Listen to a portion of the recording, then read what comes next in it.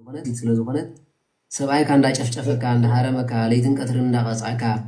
በቃ ሳቀየካ ስኢልካ ንበር ዝብል ሕግድ እዩ ዘሎ በቃ ኣነስ መረን ስለ ዘሎ እንታይ ትመክሩኒ ዝብል ማለት እዩ እንተተፈታሕኩስ ሓጢኣት እዩ ማለት እዩ ክቅየሩን ዘይከኣለ ብንዕቀትን ብትዕቢትን ለይትን ቀትርን ፀፍዕን እንተኮይኑ እንታይ ይገብር ዝብል ሕተይ ማለት እዩ ሓደ መጀመርያ ቤተክርስትያንና ፍትሕ ኣይከልከለትን ክትፋታሕ ኣይተፋትሐን ኢኻ ኢላ ቀይዳ ኣይትሕዘካን ቃል ኪዳን ትገብረልካ ተፋቲሐ እንተይልካ ሕጊ ኣሂባ ዝተፋትሐ እንተሎ ብክ ይምበር ከምኡ ኢሉ ይምበር እያ ኢላ ተፋቲሐ ከምኡ ኢሉ ክነብር እየ እንተኮይኑ ኣካይዳኹም ፀገም የብሉን ተፋቲሐ ካልእ ሰብኣይ ከምፅእ እንተኮይኑ ግን ዝሙት እዩ ኢልዎ ማለት እዩ እቲ ፈቲሑ ካልእ ሰበይቲ ዘእቱ ንሱ ዘማዊ እዩ ስለ ዝበለ ማለት እዩ ተዘይኮይኑ ከምኡ ኢሉ ክነብር እንተደልዩ ወላ ሓን ፀገም የብሉን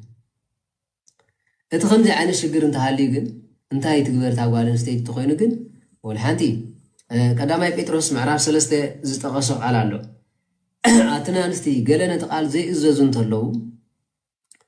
ነቲ ፍርሃት ዘለዎ ንፁህ ኣካይዳኽን ምስ ረኣዩ በካይዳ ኣንስቶም ብዘይ ቃል ከም ረብሓ ኮይኖም ምእንቲ ክርከቡስ ከምኡ ንሰብኡትክን ተኣዘዝኦም ብስነ ምግባር በካይዳ ሓደ መዓልቲ ክጠዓስ ይኽእሉ እዮም ዝብል ስልማትክን እቲ ብሕቡእ ናይ ልቢ ሰብን ኣብ ቅድሚ ኣምላኽ ክቡር ዝኾነ ለዋህን ህዱእን መንፈስ ይኹን እምበር እቲ ናይ ስራሕ ርእስን ናይ ስልማት ወርቅን ምእሳርን ናይ ዘይገፀ ክዳውንትን ምኽዳንን ኣፍኣዊ ነገር ኣይኹን ብኣፍክን ኣይትጠብራ በከዳዲንኽን ድማ ንሰብኣይ ኣይትማርኻ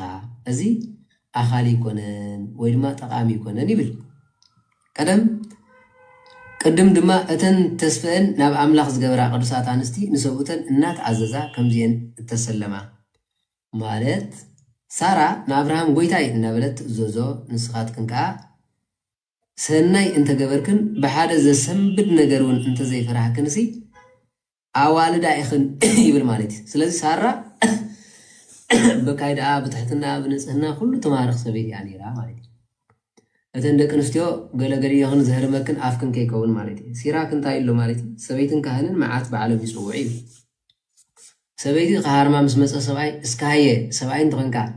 መን ይኸስኻ እንታይ ዓቕምኻ ሰብኣይ ለቆፂረካ ደ ትብሎም ሞ ይብል ኣምፃ ኣቢሉ ጉንዲ እዝና የላድዳ መጨረሻ ዋየ ለዓዲ ትእክብ ኢሉ ካህን ድማ ኣብ ቅድሚ እግዚኣብሔር ይኸሕድ ሞ ድሕሪኡ ብትውልዱን ኣይ ይብል ማለት እዩ ንሱ ጥራይ ኣይኮነ ኣገልጋሊ ካህን ይብል ማለት እዩ ባዕሊ ይፅውዕ ኢሉ እንታይ ማለት እዩ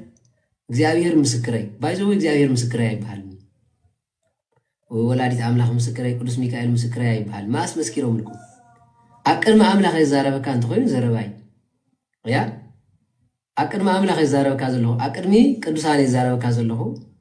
እግዚኣብሔር እውን ንፍርድና ይስማዕ እየ እንተኮይኑ ዘረባይ ወላዲት ኣምላኽ ምስክረይ እንተይልኩም ግን ማስ መስኪር ኣለ ምስክርካ እንተኮይና ንስኻ ምዝራብ እንታይ ኣድልየ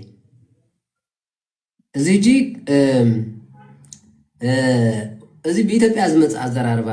ብፍላይ ማለት እዩ ወላዲት ኣምላኽ ምስክረይ እንተይልካሲ ንዓኻ ይኮና ንሓትት ወላዲት ኣምላኽ ክትምልሰልና ማለት እዩ ሳይ ክትምስክረልካ ዘለዋ እዚ ጌጋ ኣዘራርባ ኣምላኽ ምስክረይ እግዚኣብሔር ምስክረይ እንተይልኩም እግዚኣብሔር ሓሳቡ ትገብሩ ኣሎ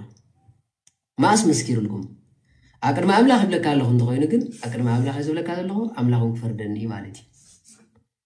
ኣብ ቅድሚ ግዝእትነ ማርያም ይብለካ ኣለኹ ግዝእትነ ማርያም ንዓይ ክትፈርደኒ እንተኮይና ዘረባያ ምስክረይ ግን ኣይበሃልኒ ስለዝኾነ ኣዘራርባና ክንፅብቕ እዩ ማለት እዩ ስለዚ በካይዳኽን ማርኽኦም ብትሕትና ቃልክን ማርኽኦም ማለት እዚ ሰብ ትሕት እንተኮይኑ ንኩሉ ይስሕቦም ሓደራ ዝብለኩም በዚ ኣቱም ሰቡት ጸሎትኩም ምእንቲ ከይዕገት ከም ምስ ድኽምቲ ፍጥረት ከም መዋርስትኩም ንጸጋ ህይወትን ጌርኩም እናኽበርኩምን ከምኡ ድማ ንስትኹም